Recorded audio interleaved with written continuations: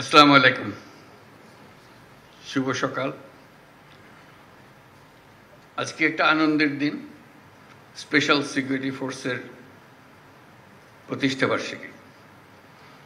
সে আনন্দ নিয়েই আজকে আমাদের যাত্রা শুরু, কিন্তু বৃষ্টি আসাতে কিছু অসুবিধারও সৃষ্টি হয়েছে। সামনে দেখলাম খুব সাজানো গোছানো হয়েছে, কিন্তু আমরা ব্যবহার করতে পারবো কিনা সেটা। তো বৃষ্টি আমাদেরকে দমাতে পারবে না, আমাদের উৎসাহকে দমিয়ে রাখতে পারবে না। আজকে আনন্দের বিশেষ কারণ আছে। যে সিকিউরিটি ফোর্স, স্পেশাল সিকিউরিটি ফোর্সের কথা আলাপ করছি, তার বৈশিষ্ট্যকে কেন্দ্র করে। এটার বৈশিষ্ট্য হলো, আমি যতটুকু বুঝি, সর্বোত্তমকে একত্র করা। আমাদের ফোর্সেসের যত জায়গা, যত কিছু আছে, যারা আছেন তাদের মধ্য থেকে বেস্ট অফ দ্য বেস্ট, তাদেরকে একত্র করে জাতির সর্বোচ্চ পর্যায়ে আমাদের প্রস্তুতি, আমাদের সাহস, আমাদের কাজে দক্ষতা, এটাকে ডিফাইন করা।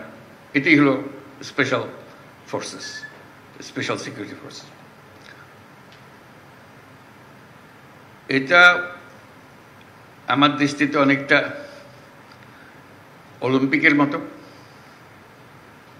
যে ন্যাশনাল অলিম্পিকে দেশের সেরা যারা ক্রীড়াবিদ তারা এসে প্রতিযোগিতায় নামে, তার মধ্যে থেকে সর্বোচ্চ বাছাই হয়। সে বছরের সর্বোচ্চ, কিন্তু জাতির সর্বোচ্চ। এই বছরের সর্বোচ্চ জাতির সর্বোচ্চ নাও হতে পারে। জাতির সর্বোচ্চ হয়তো 3 বছর আগে একজন ডিফাইন করে গেছে, এখনো সেখানে পৌঁছে নেই, এবার পৌঁছতে পারেনি। কাজে আমরা ক্রমে ক্রমে জাতির সর্বোচ্চটা ডিফাইন করি, এর যে আমরা প্রস্তুতি নিতে পারি। সেটা শারীরিক, সেটা মানসিক। এই ক্ষেত্রে শারীরিক, মানসিক এবং প্রযুক্তিগত আমাদের বেস্ট কি, আমাদের সর্বোচ্চ কোথায়, সেটাকে ডিফাইন করে। কাজেই এইরকম একটা ফোর্স, তার প্রতিষ্ঠা বার্ষিকী আমাদের জন্য এটা মস্ত বড় আনন্দের দিন, উৎসাহের দিন, উৎসবের দিন।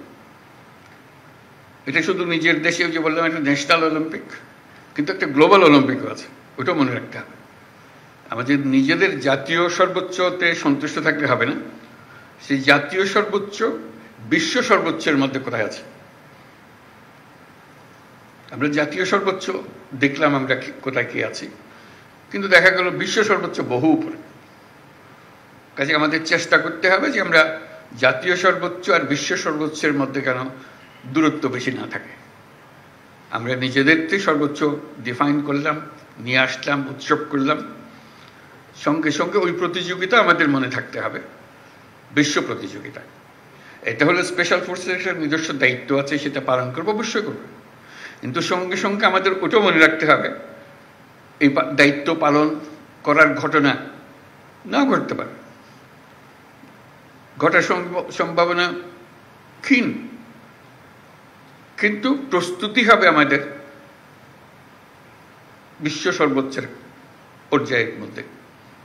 তো সেটাই আনন্দের জিনিস আজকে, যারা আমরা আমাদের এই স্পেশাল সিকিউরিটি ফোর্সেসের মধ্যে আছেন, তারা সে বিশ্ব প্রস্তুতিতে, বিশ্ব মানে আমরা কোথায় আছি সেটার যাচাই করে, এবং সেই প্রস্তুতি মানসিকভাবে তৈরি থাকা। আমরা শুধু জাতীয় অলিম্পিকে খেলতেছি না, আমরা বিশ্ব অলিম্পিকও খেলতেছি। সব দিক থেকে আমরা দেখব, যাচাই বাছাই করে সেটা। তা না হলে জাতি হিসেবে আমরা উপরে উঠতে পারবো না। এটা সুবিধা হলো এটা অল্প, এই যে 500 জন 400 জন, এই 400 জন 500 জনকে দিয়ে বাকিদের উৎসাহিত করা, এই ফোর্সকে দিকে অন্য ফোর্স উৎসাহিত করবে, আমাদের লেভেল অতটুকু, ওখানে যেতে হবে। কাজেই এই সামনে থাকার যে দায়িত্ববোধ, শীর্ষে থাকার যে আনন্দ, যে দায়িত্ব, সেটা যেন আমরা পালন করতে পারি, সেটাই হলো আজকের প্রতিষ্ঠা বার্ষিকীর সবচেয়ে স্মরণীয় বিষয়, যে আমরা সেখানে সেই মাপে আমরা কোথায় আছি। আমি অভিনন্দন জানাচ্ছি সবাইকে এই ফোর্সেসের অংশভূত হওয়ার জন্য। এটা একটা বড় প্রতিযোগিতার বিষয় যে আমরা এটার অংশ হতে পেরেছি এবং হওয়ার সঙ্গে সঙ্গে দায়িত্বও বাড়ল। এটা যেন আমরা নামিয়ে না ফেলি, আমাদের যে মান সে মানে যেন আমরা নিচের দিকে না গিয়ে বরং উপরের দিকে আমরা উঠিয়ে দিতে পারি। প্রতিবার যখন এই ফোর্সেস গঠন হয় সেই গঠনের মধ্যে আমরা প্রতিবারেই ধাপে ধাপে উঠছি ও বিশ্বমানের কাছাকাছি চলে যাচ্ছি, এরকম যেন আমরা মনে রাখতে পারি। সেটা ছিল আমার প্রাথমিক বক্তব্য। আমি লিখিত যে বক্তব্য আছে সেটা পড়ে শুনি। এসএসএফ এর ৩৯তম প্রতিষ্ঠাবার্ষিকী উপলক্ষে আয়োজিত এই অনুষ্ঠানে আমাকে আমন্ত্রণ করার জন্য ধন্যবাদ। প্রতি বছরের নিয়ে এবছরও এসএসএফ প্রতিষ্ঠাবার্ষিকী পালন করছে। এসএসএফ অন্য বাহিনীর তুলনায় একটি ক্ষুদ্র বাহিনী, তবে এর কাজের গুরুত্ব এবং সংবেদনশীলতা অনেক বেশি।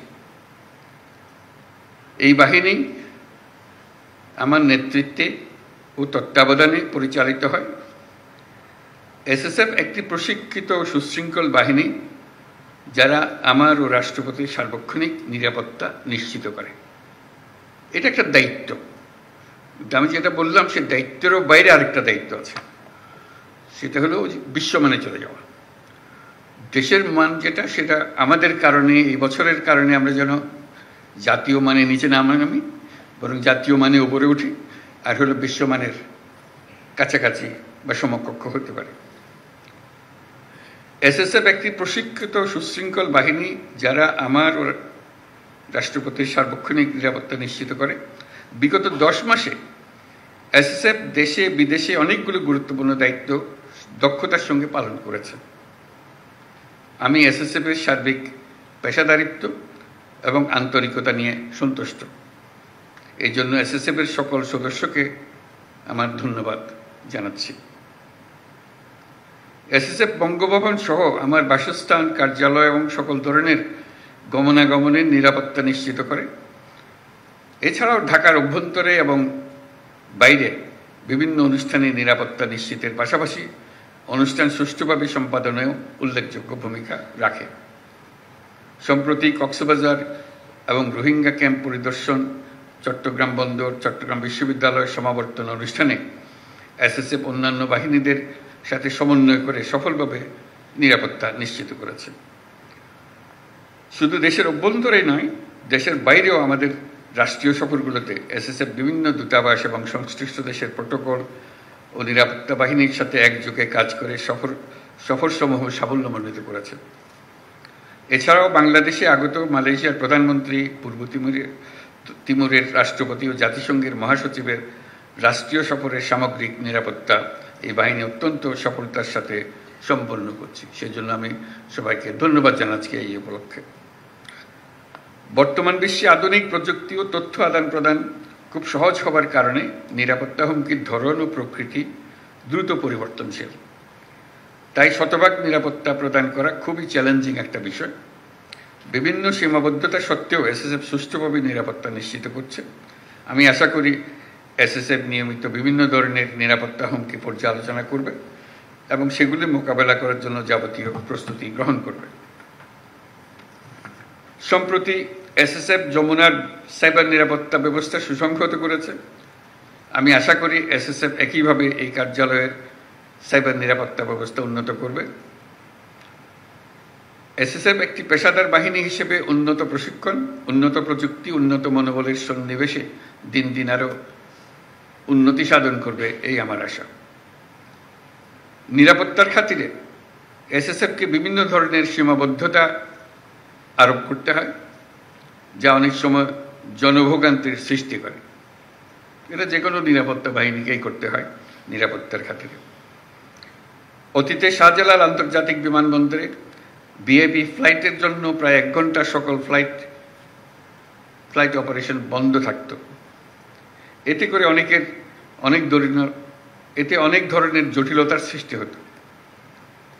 আমি এই নিষেধাজ্ঞা তুলে দিয়েছি। এতে সাধারণ যাত্রীদের ভোগান্তি লাঘব হবে, কিন্তু এসএসএফ এর দায়িত্ব বেড়ে গিয়েছে। আমি মনে করি জনবিচ্ছিন্ন না হয়ে বরং জনসংযোগ ও নিরাপত্তার মেলবন্ধনের মাধ্যমেই এসএসএফ তার উপর অর্পিত সকল দায়িত্ব সফলতার সঙ্গে পালন করে যাবে। আমি জেনে আশ্বস্ত হলাম যে এসএসএফ এর প্রশিক্ষণ, অস্ত্র ও সরঞ্জামাদির আধুনিকায়ন প্রক্রিয়া চলমান রয়েছে। বিশেষ করে গত 5ই আগস্ট 2024 তারিখে এই বাহিনীর কিছু যানবাহন ও সরঞ্জামাদির ক্ষয়ক্ষতি হয়েছিল, যা অল্প সময়ের মধ্যে কার্যক্ষম করা হয়েছে। পাশাপাশি বাহিনীর আভিযানিক কার্যক্রম আরও বেগবান ও কার্যকরী করার লক্ষ্যে অত্যাধুনিক অস্ত্র সরঞ্জামাদির ব্যবহার ও দেশে বিদেশে উন্নত প্রশিক্ষণ গ্রহণের মাধ্যমে প্রতিটি সদস্যের সক্ষমতা বৃদ্ধির প্রক্রিয়া অব্যাহত রয়েছে। খুব শীঘ্রই এসএসএফ তাদের 12 বছরের পুরাতন বিএইচএফ রেডিও কমিউনিকেশন সিস্টেম পরিবর্তন করে সর্বশেষ মডেলের ইউএইচএফ রেডিও কমিউনিকেশন সিস্টেম সংযোজন করবে, যা তাদের আভিযানিক কার্যদক্ষতা বহুলাংশ বৃদ্ধি করবে। আমি জেনে খুশি হয়েছি যে এসএসএফ এর অত্যাধুনিক ইনডোর ফায়ারিং রেঞ্জের কাজ প্রায় সমাপ্ত এবং আগামী মাস থেকে এটা ব্যবহার করা সম্ভব হবে। এই ফায়ারিং রেঞ্জের জন্য ভূমি বরাদ্দ সহ অন্যান্য সহযোগিতা প্রদান করার জন্য বাংলাদেশ বিমান বাহিনীকে আন্তরিক ধন্যবাদ জানাচ্ছি। প্রিয় এসএসএফ সদস্যবৃন্দ, আমি জানি এসএসএফকে সার্বিক নিরাপত্তা নিশ্চিত করতে বিভিন্ন আইনশৃঙ্খলা রক্ষাকারী বাহিনী, সামরিক বাহিনী, পিজিআর ও গোয়েন্দা সংস্থাসমূহের উপর নির্ভর করতে হয়। তাই আমি আশা করব এসএসএফ সকল সহযোগী বাহিনী ও সংস্থার সাথে সুসম্পর্ক বজায় রাখবে এবং নিবিড় যোগাযোগ ও সমন্বয়ের মাধ্যমে তারা দায়িত্ব পালন করবে। এসএসএফকে একটি অত্যাধুনিক এবং পেশাদার বাহিনী হিসেবে গড়ে তোলার লক্ষ্যে সেনা, নৌ, বিমান, পুলিশ ও আনসার বাহিনী হতে চৌকস অফিসার নির্বাচন ও প্রেরণ করায় আমি সকল বাহিনী প্রধানদের প্রতি গভীর কৃতজ্ঞতা প্রকাশ করছি। বিশেষ করে এসএসএফকে বিভিন্ন ধরনের প্রশিক্ষণ সহায়তা প্রদান করার জন্য বাংলাদেশ সেনাবাহিনীকে আমার ধন্যবাদ জ্ঞাপন করছি। প্রিয় এসএসএফ সদস্যবৃন্দ, রাষ্ট্রঘোষিত ভিআইপিদের নিরাপত্তা প্রদানে পেশাগত দক্ষতা অর্জনের পাশাপাশি চারিত্রিক দৃঢ়তা, উন্নত শৃঙ্খলা, সততা, দায়িত্বশীলতা এবং মানবিক গুণাবলীর বিষয়সমূহ গুরুত্বের সাথে বিবেচনা করতে হবে এবং সকল ধরনের রাজনৈতিক মতাদর্শের ঊর্ধ্বে থেকে পেশাদারিত্বের সাথে কাজ করে যেতে হবে।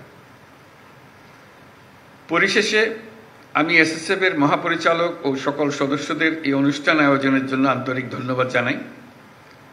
আমি বিশ্বাস করি সুযোগ্য নেতৃত্ব এবং সঠিক দিক নির্দেশনা এবং এই বাহিনীর প্রত্যেক সদস্যের পেশাদারিত্ব ও আন্তরিকতার মাধ্যমে এসএসএফ এর উত্তরোত্তর উন্নতি অব্যাহত থাকবে। আপনাদের ও আপনাদের পরিবারের সকলের সুস্বাস্থ্য এবং কল্যাণময় জীবন কামনা করে আমি আমার বক্তব্য শেষ করছি। সকলকে অশেষ ধন্যবাদ। আল্লাহ হাফেজ।